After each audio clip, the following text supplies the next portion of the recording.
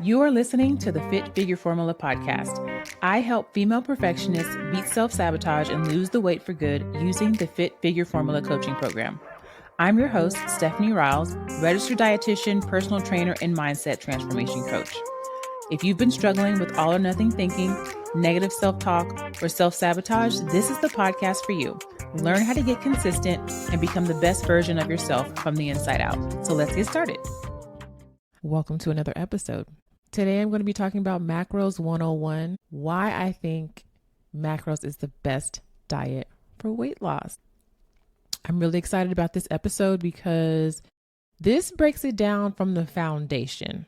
So sometimes you may hear me, on social media and I'm talking about things, and sometimes you just forget that people need to start from the basics, from the beginning, and understand why it's important to understand your food, and also why I think counting your macros and understanding your macros is the best diet for weight loss. If you're new to me, I'm Coach Steph. I'm a registered dietitian, personal trainer, and a mindset transformation coach. I am the host of the Fit Figure Formula podcast. I'm the host of the Fit Figure Formula group coaching program, where I help you create a lifestyle transformation by helping you understand and master your macros and master your mindset. So those are the two things that I think that are most important when it comes to a weight loss transformation and really changing your lifestyle, is mastering your macros, really understanding your nutrition so you can stop guessing and create more certainty.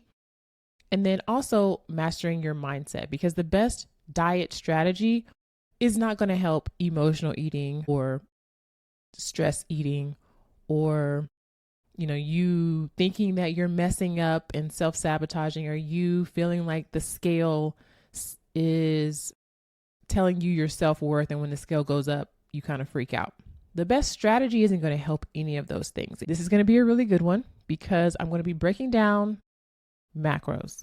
What are macros? So here is what macros are. They are carbs, proteins, and fat. Okay. So these are the three ways that we get calories out of your food.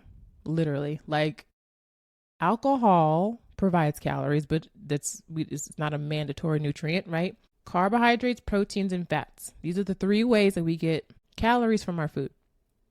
So typically we will categorize a food by how much it has in it. So for example, Greek yogurt. Greek yogurt typically has more protein than it does carbs and fat. So we call Greek yogurt a protein, but it doesn't mean that it doesn't have carbs and doesn't have fat. Most foods will have at least two of those, if not all three. So don't be fooled into thinking that eggs, for example, is protein. Most people will think, okay, protein, but it does have a significant source of fat as well. It doesn't really have any carbs. So that's an example of a food that maybe has 2 out of the 3 macros. And this is important because when I teach my clients inside of the formula, number one, we take a very step-by-step process. But by the end, you are able to clearly see how much fat, how much carbs, how much protein, and how that affects your calories. So when you are counting macros, essentially you are counting calories, because for every 1 gram of carbs or protein, you're going to get 4 calories. And for every 1 gram of fat, you're going to get 9 calories. So when you are counting macros, you essentially are counting calories, but you're saying, hey, I want a certain percentage to come from fat, a certain percentage to come from protein, and a certain percentage to come from carbohydrates.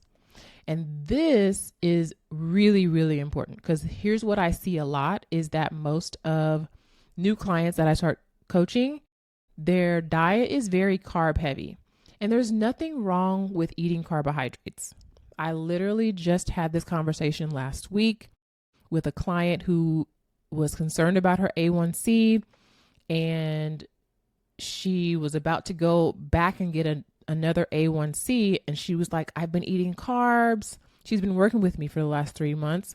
And she's like, I don't know. I think it's going to be more, because it's going to be higher because I've been eating more carbohydrates. And then she went, got her labs done, it went from a 5.7 to a 5.3. And she was like, I was like, see, I'm vindicated. Okay. Because you can eat carbohydrates, but I teach you inside the formula how to do that. Okay. So counting macros is going to help you get so much more clear on your food, how much you're eating, whether or not you can have a treat or not, or how much of that treat you can have. Because right now, I would bet you're guessing, right? You're just fasting. Maybe you're just cutting out breakfast and I'm only eating from 1 to 8, but you still have no idea how much protein you're getting in that window. You still have no idea how many calories you're eating in that window. And if you are tracking, which most people don't do tracking well, okay? Most people are tracking incorrectly and they're tracking inconsistently, and you still don't really have a strategy.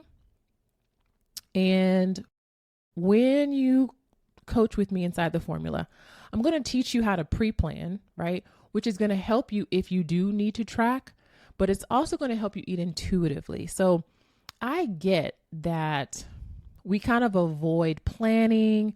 We don't necessarily like to think too much about our food. You know, there's a fear of like things getting too sciencey and you got to do math while you do your, while you eat. And I totally get that.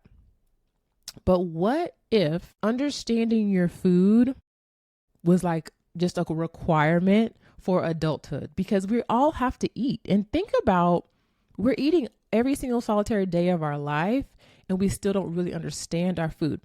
And the thing is, it's much easier than you think. And that knowledge that you gain from getting really intimate with the numbers is going to help you eat intuitively so that you're not, counting macros or anything. You're just eating intuitively, but you can do that so much better because you have the number knowledge, right? Those numbers actually give me clarity and more confidence. And when I teach my clients, they're like, oh, I can clearly see, like, I don't have to feel guilty because I had the cake, because guess what? It fits. Right. And so right now what I see is clients tracking their macros, or they're just cutting out meals or cutting out carbs and they still don't understand their food. So you're still just kind of guessing. So it gives you a lot more clarity. So protein, carbs, and fat, those are our macros. They're going to help you provide energy, build muscle, maintain essential body functions. So when I say a calorie, did y'all know that a calorie is just a unit of measurement? So for example, if I say it is 100 degrees Fahrenheit outside, or if I say it is 30 degrees Fahrenheit outside, that's a way to quantify like how much heat is in the atmosphere, right? Or if I say go run a mile versus go run 10 feet, it's a way to quantify distance, right?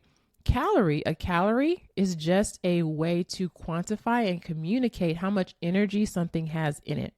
So when I say that 1 gram of protein has 4 calories, it just means it has 4 units of energy. That's it. Okay. So protein, carbs, and fat.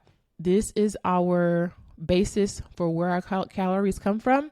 And by the way, healthy fat and unhealthy fat have the same amount of calories. So you might be having nuts, cashews, pistachios, almonds, sunflower seeds, chia seeds, things like that. Avocado is one big one. It says normally if you like avocado, you like avocado. You can eat like half to a whole avocado.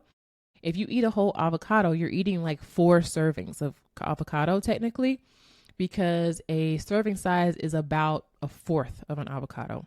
So even though you're eating like healthy fat that is good for your brain, good for your heart, it has a lot of calories in a small amount of volume. Now that's not good. That's not bad. It's just, do you understand how to put that together and make it fit for your lifestyle and your goals? And that's what I teach you inside of the formula. Because for my ladies who are under eaters, right? You're not eating very many calories. You don't feel super hungry. Maybe you've been on weight loss medication and now you have no appetite. It's really important that you don't just keep eating like 800 calories. It's not good for our hormones or our metabolism. And long term, you'll get stuck. You can't build muscle from there. And we can actually use healthy fat to help us get to our calorie goal, right? But you just have to be strategic and have that skill and that knowledge base. And the way that I teach this in the formula is step by step. It is very simple. I do not start off with everything week 1. I literally just have you focus on breakfast the first week. And then I just have you focus on lunch the next week.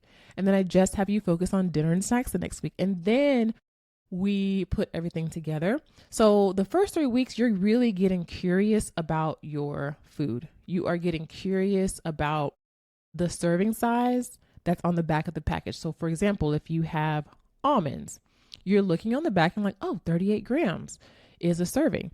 Let me weigh out 38 grams. Oh, that's a serving. Okay, eat, right? So we're just using the virtue of curiosity. And I find that this is so much better versus like the, 3, 2, 1, go method where you're trying to do everything week 1. You are going to leave here with increased knowledge, more confidence, more clarity about your food when you really lean into this process. So why do the macros matter? Because it really helps you tailor your diet to specific fitness goals. Whether you want to lose fat, gain muscle, we want to be very specific about where our calories are coming from. And when you're in a calorie deficit, right, that's the only way we lose fat. We want to keep our protein high, right? So if we have carbs, proteins, and fats, we want to keep the protein high and bring the calories down from the carbs and the fat, okay? Versus bringing calories down from protein. We want to keep that protein high. So when you count your macros, you can be more specific and say, okay, I'm going to eat this much protein, and then I'm going to bring my calories down from my carbs and my fat. And this is so that when we are in a calorie deficit, we want to keep our muscle. And 3 really important things for muscle, to keep your muscle or to grow muscle. Number 1, you need enough protein. Number 2, you need to be lifting progressively, right? You need to be on a training program, not just going into the gym doing a random 3 sets of 10. And you need to be sleeping well. Sleep is so important. We have hormones that are secreted only when you are in deep sleep, right? So if you are only getting 4 or 5 hours of sleep every night, that hormonal cascade doesn't happen while you're sleeping. When you want to either build muscle or keep your muscle and you're doing strength training, your rest days are probably the most important days because that is where you repair. That is where you start to build that muscle, and sleep is where that happens. So you want to make sure that you're getting enough sleep, right? And so you guys can be working out really hard in the gym, but if you're not eating according to that, you're just going to be working really hard in the gym. It's kind of like if you have a scab and you like cut your skin, and this same thing happens, like you will get like inflammation. It'll be like, watery, or you can see like it's inflamed. Our muscles are getting those micro tears in our muscle. And then when we sleep well, we eat enough calories and enough protein, it comes in like puts that scab, quote unquote, right? That, it repairs that muscle. And so every time you're doing that, you're kind of layering that scab, you are building muscle. Now, this takes a while, but kind of think of it like that. So think about if you were to cut your skin and you didn't have that scab over and over again, you just kept cutting it over and over and over again, and you're not repairing it, it's just going to be a wound, right? You're not going to build that muscle. Hopefully y'all are following that analogy. You're not going to build that muscle. You're just going to be like sore all the time, but you're not going to be actually repairing yourself. So your calories matter, your protein matters, your sleep matters, your training program matters.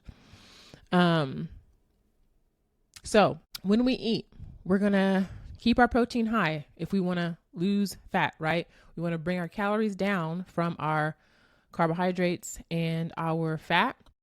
And so when we look at our plate, right, we want to see protein. We want to see some carbs. We want to have some healthy fat on our plate every single time. So for example, there's nothing wrong with eating an apple for snack, but it's better to always have some protein. So normally my clients need 3 meals and 1 snack in order to hit their protein goals. Now, some of my clients might want 2 snacks, that's fine. But at least 3 meals and 1 snack to hit their protein goals. And you probably won't be hitting them unless you're supplementing a lot if your snack is very low in protein. So every time we eat, we want to be having that mix of macros, our proteins, our carbs, and our fats. And we want to be paying attention to the portion size, because I can build a meal plan for someone that has 3,000 calories, and I can build a meal plan for someone that has 1,500 calories with the same exact foods. The portions will just be different, right? So a lot of you also will tell me like, hey, my family doesn't eat healthy. What can I eat? And I'm like, we have to come to Jesus with this, because you making a whole nother meal and your family's eating something else, that is not sustainable. The same foods that are healthy for you are healthy for everyone. And you don't have to just eat, just salads every night. When you understand your macros, you understand, oh, okay, here's what I can have and all the things that I can have, because you can't have an abundance of food, especially if you're eating single ingredient whole foods. This means things that are not necessarily coming out of a package or a drive-through. There's a lot of things that you can have, and you don't have to eat separate foods, right? It's kind of like if you have that dynamic in your household, you got to have a family meeting and talk about health and wellness and support, and also go on an adventure to find meals that the family likes. And so this could be a family thing, but I think that's really important, that you're not trying to do something separate than everyone else. So we want to have a balance of our protein, carbs, and fats on our plate. And I believe that this gives you better results than just counting calories alone, because number one, we want to lose weight on as many calories as possible, not on as little calories as possible. That's really important. Sure, you could get on 1,000 calories and probably lose weight, but you know what else you're going to lose? You're going to lose muscle. And you know why that's bad? Because it's going to decrease your metabolism. Having muscle is the best and probably quickest way to boost your metabolism is by actually having muscle. 2 people that weigh 200 pounds, the person who has more muscle is going to burn more calories around the clock. This person that does not have as much muscle is going to burn less calories. And do you know what that means? That means they're going to gain weight on fewer calories, right? If your body isn't burning as much throughout the day, it doesn't really require that much. So your maintenance calories are going to be a little bit lower. That means that you're going to gain weight on fewer calories. This is not what we want to do. This is why I'm not a big fan of fasting. I'm not a big fan of like intermittent fasting. I'm not a big fan of like just slashing your calories or just juicing and stuff like that, because that's cute. It'll help you to lose weight and the scale will go down. But over time, when you're not prioritizing keeping your muscle, you're slowing your metabolism, and now you gain weight on fewer calories. And the other bad thing about that is, because you don't understand your macros and because you're not really like keeping track of how many calories you need, you're just trying to eat as little as possible. You just go back to eating regular once you stop dieting. And now you have no idea what your maintenance calories are. Here's the proper way to do it if you're on a macro journey. You are in a calorie deficit, you get to your weight loss goal. Then you do what's called a reverse diet, which means you start to increase your calories a little bit at a time each week in order to see where your maintenance calories are. Because number one, there's not one right number for a calorie deficit. Let's say you need 2,200 calories to maintain your current weight, right? If I put you on let's just say you're going down to a 1,200 calorie diet, right? A deficit is everything really below 2200, but like if you're on a 1200 calorie diet, a 1400 calorie diet is still a deficit. A 1700 calorie diet is still a deficit, right? So there's not one correct number, but again, we want to be losing weight on as many calories as possible, not as few calories as possible, because we want to be prioritizing fat loss, not just weight loss. Okay. So when you lose weight, you are a smaller person, right? So if you lose a bunch of weight, now your maintenance calories is no longer going to be 2200 because now you're a smaller human being. So now your maintenance calories might be 1800, right? And so if you just go back to eating regular, you actually gain weight on 2000 calories when before that was still a deficit when you were a heavier person, right? When you lose weight, you don't need as many calories to maintain. This is why it's so important to understand your nutrition, because then you reverse out and you increase your calories and you figure out where your new maintenance goal is. And then you can actually track at maintenance for a little bit before you just stop and start eating intuitively so that you can get used to it. Like, okay, here are my maintenance calories and this is what that looks like on the plate. This is how many times I can eat. This is how full and satisfied I can feel. Like, you need to know what that feels like in your body at maintenance before you just stop tracking or stop doing whatever you're doing to lose weight, because you don't know what your maintenance is now. And that is a big reason why people do the yo-yo diet. They lose a bunch of weight. They're like, yay, I lost the weight. And then they just start eating regular, no plan, and the weight comes back because you're losing weight, but you don't know what your maintenance goals are. Okay. So we want to have a balanced plate. We want to have protein, carbs, fat, and protein, carbs, fat on our plate. And this is, I think, is going to give you better results because we get to keep a little bit of our muscle. If you guys are not getting in-body scans, I highly recommend that my clients get in-body scans. So what you can do, Google in-body near me, in-body near me. They usually now, they're pretty popular, have them at your gym, like GNC or like discount vitamin stores, maybe spas and stuff like that. Most of the time they're free.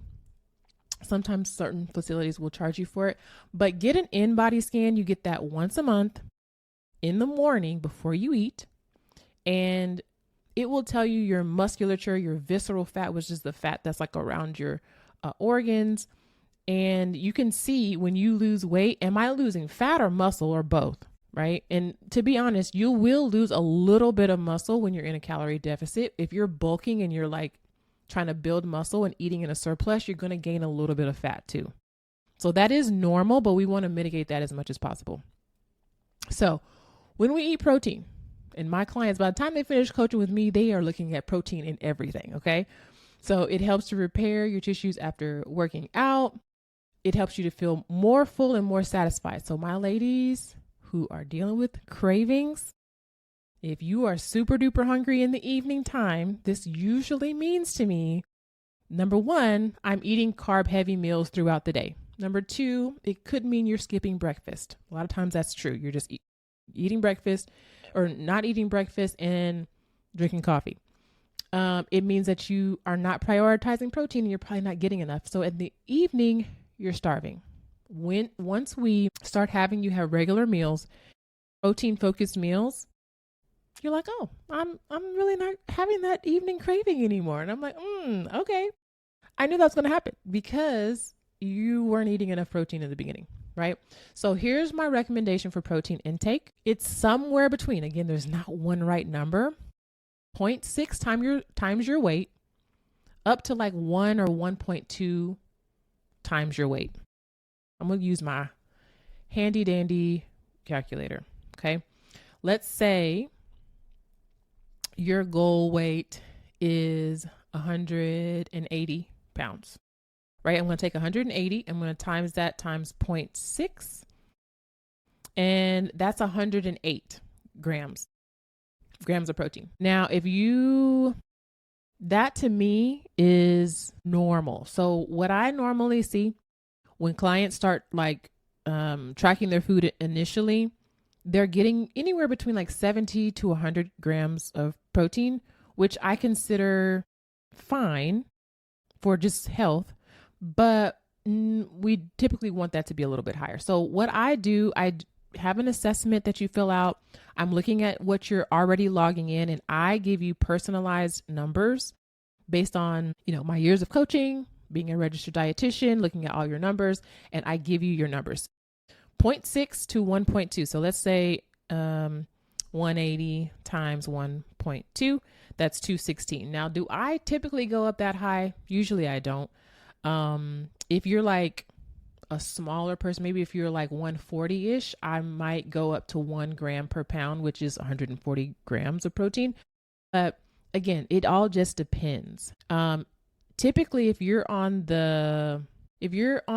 farther away from your goal, you usually err on the side of like 0.6, 0.7, on the lower end, right? If you are closer to your goal, like your weight goal, you will err on the side of 0.8, 0.9, or 1 gram per pound. Okay. So let me just restate that because I feel like that was a little bit confusing. Your recommended protein intake can be anywhere from 0.6 times your weight up to like, I'm going to say 1 gram per pound. Okay. So along that lines, you can multiply your weight times 0.6 or 0.7, 0.8, 0.9, or 1.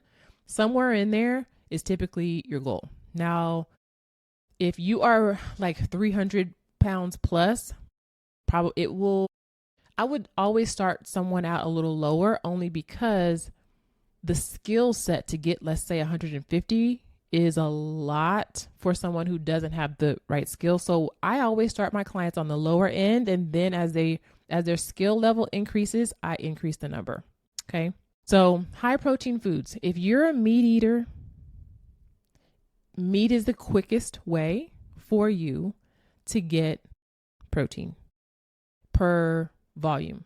Okay. So chicken, fish, beef, turkey, shrimp, right? Like if you're a meat eater, that's the quickest way. So typically that's anywhere between 110 to 130 grams of the meat. Like if you weighed out the meat, that would give you somewhere between like 25 and 30 grams of protein, right? So weighing out a fillet of fish, 120 grams of fish usually corresponds to somewhere around like 25-ish grams of protein. So lunch and dinner are usually the easiest ones for my clients to hit their protein goals. It usually breaks down to roughly around 30 grams of protein per meal and snack.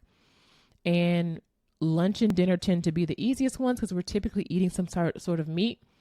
And if you're getting 25 in your meat, then if you have beans or whatever else you're having with that meat for your lunch and dinner, you can typically easily hit your protein goals for lunch and dinner. It is breakfast and snacks where I see most people not getting the 30. So cottage cheese is a good one. Pure egg whites. And if you want to add a whole egg in there for some fat, but egg whites are pure protein. Smoked salmon on a bagel. If you guys ever checked out Better Bagels, they have a ton of protein. Greek yogurt, Dan and Light and Fit. Y'all already know, my clients know that's my favorite yogurt. So there's plenty of options that you can actually choose that are not meat. And especially if you're not a meat eater. So what if I'm not a meat eater? Okay, great. Nuts and seeds have protein. They are classified as fat though, because they do have more fat than protein.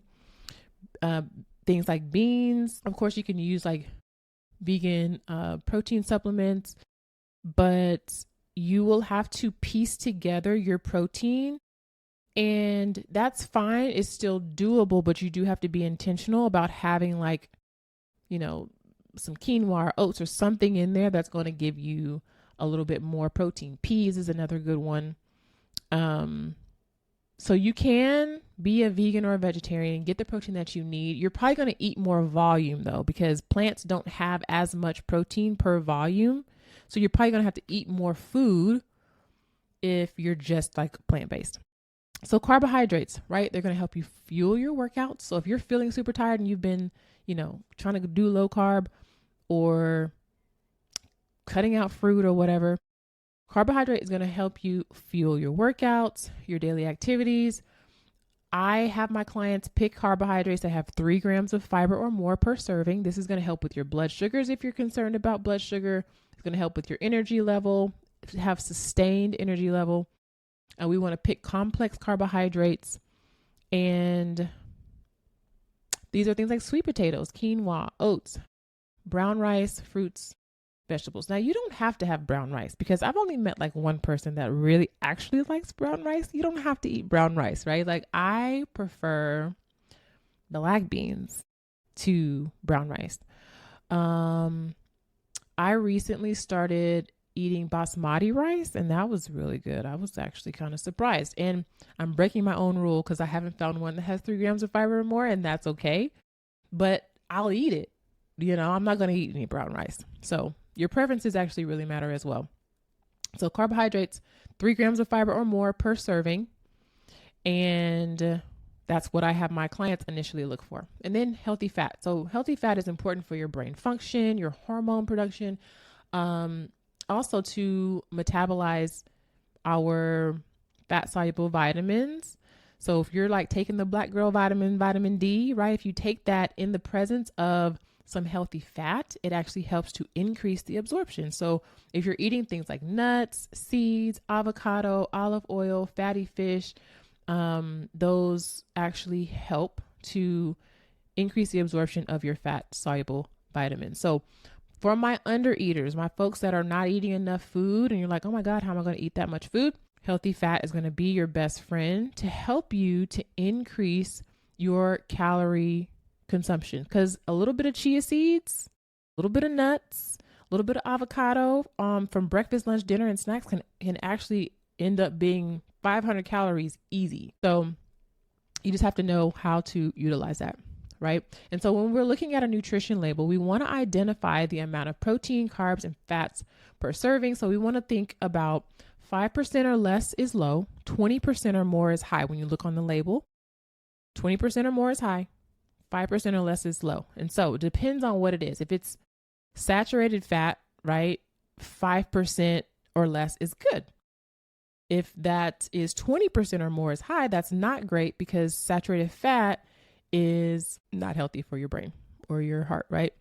But if it was something like vitamin C and it's 20%, that would be good, right? So you can just apply those parameters to see like, oh, is this high in fat or is this high in sugar, for example.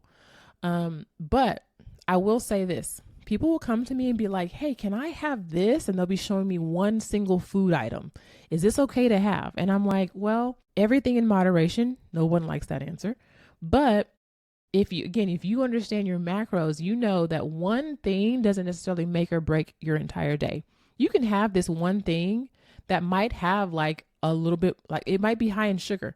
But what else are you eating throughout the day? If all the rest of your food is single ingredient whole foods, then you might be able to have that. And then it's like, okay, well, how much of that can I have? Right. And so when you can see your macros, you can see your numbers, and you can see whether or not this throws your daily plan off or not. So when calculating your macros, this is what I do inside the formula for my ladies. I give them a protein goal and I give them their calorie goal. And I have them within 100 calories of their calorie goal. So let's say I give them a calorie goal of 1,600. They can plan meals. And again, we build up to this. So this is a skill that they don't actually start doing until week 4 or 5, because we take a long time for curiosity and getting used to our food and the whole process. But let's say I give someone a 1,600 calorie deficit. They can plan foods between 1,500 and 1,700. You don't have to hit it right on the money, okay? But then I also have them hit or exceed their protein goal. And this is very important because, again, we want to keep our protein high. And then we want to bring our calories down from our carbs and our fat. But I don't give them a goal for their fat or their carbs. And the reason why is because if I'm capping their calories and I'm telling them, hey, hit your protein goal or exceed it, they won't be able to go over their calorie allotment from fat and carbs because I capped their calories. Because it really doesn't matter if they have a little bit more fat some days or have a little bit more carbs some days, because I'm not coaching like, extreme athletes or anything like that. And it allows you to be more flexible. So you might be getting frustrated because you're in MyFitnessPal trying to like hit your protein, your carbs, and your fat and your calories. And you're like, man, I get to the end of the day and I'm under on my protein, but I'm over on calories. And there's nothing that you can do about it. And most people will just start again the next day with no strategy. So you've done all of that work and you still didn't hit your goals, right? And so in the formula, not only do I teach you how to pre-plan, I teach you how to build a system so that you don't even have to plan. And I teach you when you do plan, you can plan in seconds. And when I say seconds, I'm for real, like a few seconds. So we are building a system in the formula. I'm not just teaching you how to build a meal plan, because that means you have to start over from scratch every single day or every single week. And that's crazy because we eat a lot of the same or similar foods. So we're building a system that lends itself to your consistency. This, I promise you, you haven't done it like this before. And one thing that I just challenge you to do, go on the desktop or even on your phone and just type in www.myfitnesspal.com and log in, right? So normally people are using the app, it is definitely easier to track on the app. Tracking is, I'm eating an apple, I put it in. I eat oatmeal, I put it in. It's easier to do that on the app. But what I want you to do is open up the web version and start adding food from there. And you'll see how much easier it is for you to pre-plan your food and see all of the numbers. I have my clients change either sodium or sugar to fiber because we want to track our fiber as well. Because let me tell you what happens. I hear this a lot, like, oh, I'm increasing my protein and I'm getting constipated. You're getting constipated because you're increasing protein, but that means your fiber is going down. Your fruits and vegetables and probably your nuts and seeds are going down to make room for your protein, and that's causing the constipation, not necessarily just the fact that you're eating more protein. It's because you don't know how to balance protein with the fiber. So I have my clients use the web version to pre-plan. I have them tracking their fiber, which is so important. And then it's so much easier to see, like the picture of it is so much easier to see all of the numbers, and you can play around with your portions so that you can have ice cream and you can have cake and you can have all those things that I can see clearly. Then I go to the grocery store, I buy what I already planned, and you can either prep or cook throughout the week. You don't have to prep, but my guideline is kind of like all or something, right? You don't have to prep everything, but something is usually pretty helpful, whether it's just snacks or just your breakfast or just your proteins or whatever. And so that system works really well. And then it becomes so easy. And then because you've practiced and you've gotten really intimate with your numbers, intuitive eating becomes much simpler because you have a system and you have, practiced with the portions, and it just makes things so much more clear. Okay. So again, I challenge you, go in myfitnesspal.com and look at the version where you're going to the food diary and adding things in and like pre-planning, such a better view. And I put this on my Facebook not too long ago, but if y'all change your location on the app to the United Kingdom, you can scan on the free version. I hope this is not illegal or something, but you can scan on the free version. So here's what I do inside the formula. We first start out by just taking photos of our food for a week or so, just to get more, pay more attention to my plate. Then I teach my clients the breakfast formula. I have them plan out up to 3 different breakfasts. They can do 2, they can do 1, up to 3. And then they practice executing that breakfast for that next week. And I don't care what they eat for lunch. I don't care what they eat for dinner. But they're still taking photos of your food. And because you're taking photos of your food, it's not for me to judge your food. It is so that you can just practice being more aware of what you're having. And normally, naturally, you make better choices, but we just want to hyper focus on breakfast for that 1 or 2 weeks, right? And then while they're executing the breakfast that they planned, we are practicing noticing our portions, right? We're practicing utilizing our food scale and our just looking at the nutrition facts. I'm like, oh, okay, this is 38 grams. So we're noticing, we're just paying more attention to it. This is not like I'm tracking everything. The next week, I teach them the lunch formula, which is again, a mix of those protein, carbs, and that fat, your macros, right? For another week, we will practice the lunch and breakfast formula. I don't care what you eat for dinner, right? And so all the while we're paying attention to our food, we're learning how to be accurate with your measurements and things. And then the next week we add dinner and snacks. So it's very progressive to where by the time we get to the part where I'm helping you put together a plan, you've already seen like your typical rotation of foods that you typically eat multiple times. You already have your recent list built up in MyFitnessPal. I don't know if you've ever paid attention to that, but especially if you use the web version, if you go into the web version, you go to add food, there's a recent list there.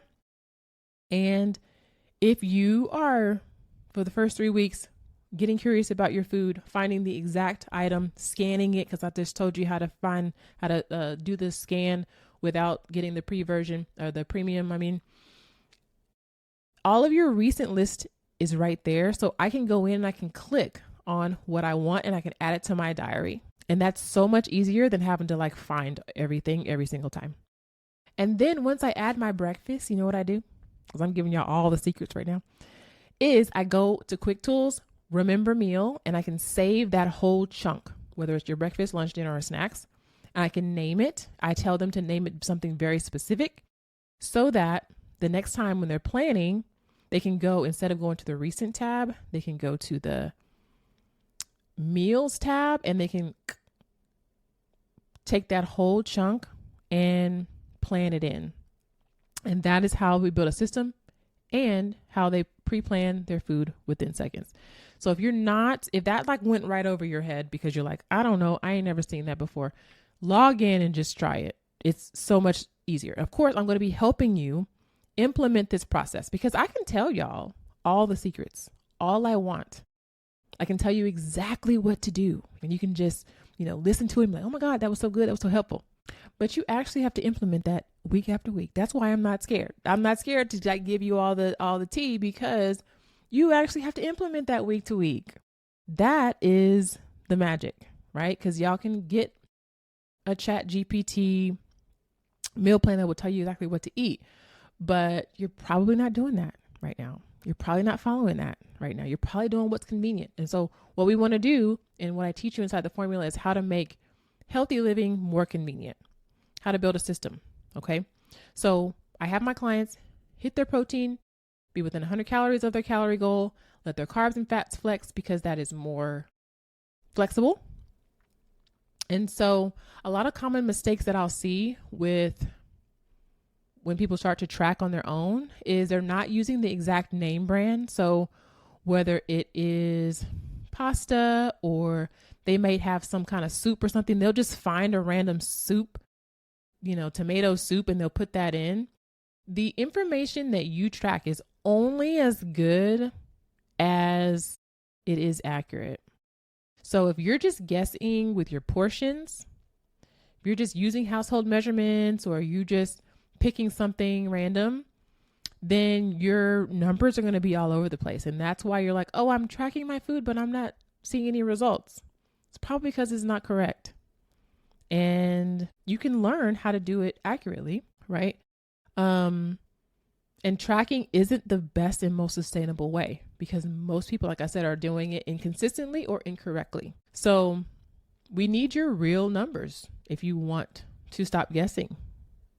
Another common mistake is people are not adding their like oil and butter. They're like, oh, it says 0 calories for this butter. And they're like spraying olive oil out of the aerosol can or Pam or whatever on their food or on the pan because it said 0 calories. What you don't know is that it says a fourth of a spray. Usually it says a fourth of a spray has 0 calories. Number one, that 0 calories is rounded down. They're able to round, right? So those nutrition labels are imprecise. I don't know if y'all know that. I think it can be off by like 25% and still be fine. So they round down to make it 0 because who knows what a fourth of a spray is? Who knows? But just because you take olive oil out of the pour bottle and put it in an aerosol can and spray it on your food, it doesn't mean it doesn't have calories anymore. Because if you look at the bottle of olive oil that you pour, it says around 110, 120 calories per tablespoon. And those calories don't just go away because you put it in an aerosol can, right? And so that's one of the major mistakes. Fat has a lot of calories per volume.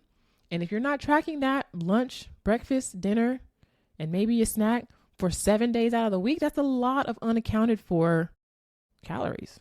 So you're probably eating more than what you think. That's for sure. Because whenever I see, I've been eating 1,200 calories, but the scale isn't moving, I'm like, you're probably eating a little bit more than that. So we get really accurate, but we do it in a way that is not overwhelming. Okay. We also make sure that we're hitting our fiber goal. Again, going back to the protein, a lot of folks are adding protein because there's a lot of talk about protein now on the internet. How do we get more protein? But then I'm like, I'm constipated. It's because you don't know how many grams of fiber you're supposed to have, which is usually 25 grams minimum for women, and you're not tracking that. And when you go into MyFitnessPal, you can see how much fiber you're getting, but most of the time people aren't going into that section, especially if you're just using the app, which is why I like the desktop version. And I have my clients switch either sodium or sugar to the fiber so that we can see it like one of the first nutrients that we can see. So other mistakes that I see too is just not focusing on single ingredient foods. So single ingredient whole foods is going to help you track, pre-plan. It's going to be healthier for you. It's going to give you more energy. So when I say single ingredient foods, I mean chicken, avocado, apple, right? Did you know that eating single ingredient whole foods actually helps you burn more calories throughout the day? Why? Think about an apple. If I eat an apple, I have to work harder. My body has to work harder to break that down. If I eat applesauce, my body didn't have to work as hard because it's already like kind of chopped up, right? Now think about a Cheez-It. Cheez-It is manufactured, right? And it is chemicals, really. We're putting it in our body and it's made to easily break down in your body. So now your body doesn't have to work as hard to break it down. So you're not burning as many calories. It's called the thermic effect of food. Thermic effect of food. That just means how many calories does my body have to expend to break this food down. So, processed food, highly processed foods have a low thermic effect of food. That means we're not burning many calories to break it down. And we don't get satisfied when we eat like highly processed foods. So now our hunger signals are off. Now we can eat a lot more of those Cheez-Its or whatever it is without feeling satisfied. But I'm still getting a lot of calories, but my body doesn't have to work that hard to break it down. I don't feel as satisfied, so I'm eating more, right? So eating single ingredient whole foods is one of the ways that you can increase your thermic effect of food. Your thermic effect of food is part of what drives your metabolism. Okay. And then other mistakes that I'm seeing, saving your treat for your cheat day. This is not necessary when you understand your macros. When you understand your macros, I have my clients that get good at this, start planning in a treat. Plan in your treats throughout the week. That way, when you see a cupcake on the weekend, it's not that big of a deal because you're like, yeah, I had a cupcake on Monday. I planned it in and I still hit my protein and my calories. It's not that big of a deal. So you don't want to be restrictive. If you want to build a lifestyle, you cannot think to yourself like, oh, I can't have any cake, ice cream, all of that. But when you understand your food, you can actually plan that in, and it takes the guilt away and it helps you keeps you from a binge cycle because you're not restricting. The binge restrict cycle starts with the restriction. It starts with your no sugar November. It starts with your, I'm not going to eat, any sugar, no soda, no X, Y, and Z for a certain amount of time. And it's like, that sounds great at first. But then when you see it and you have been restricting yourself, you just go overboard. And then you don't trust yourself. And then that's a whole nother thing. And that's what we are going to be working on inside the formula. Self-trust, self-love, mastering your macros, mastering your mindset. And you get a registered dietitian and a mindset coach inside of your back pocket to help you every single day. I give you a blueprint of exactly what to do. You will never be like, what do I do today? No, I have exactly what to do every single day. And then when you have questions, you have me in your back pocket. The Fit Figure formula is open for enrollment. Book your call. On this no pressure call, I'm going to get to know you a little bit better. You get to see my personality, how I talk, how I coach, my philosophy on things. I want to know who you are. I want to know about your history. I want to find the root of the problem. We're going to talk about macros and mindset. And then we get to decide whether or not the Fit Figure formula is a good fit for you. Thanks for listening to the Fit Figure Formula podcast. If you're new here and you're struggling with your fitness journey, I invite you to take a super simple next step. Click the link in the show notes for a free training. If listening to this podcast has been helpful, imagine being inside the Formula Coaching Program. You can apply for coaching with the link in the show notes. I hope to see you inside.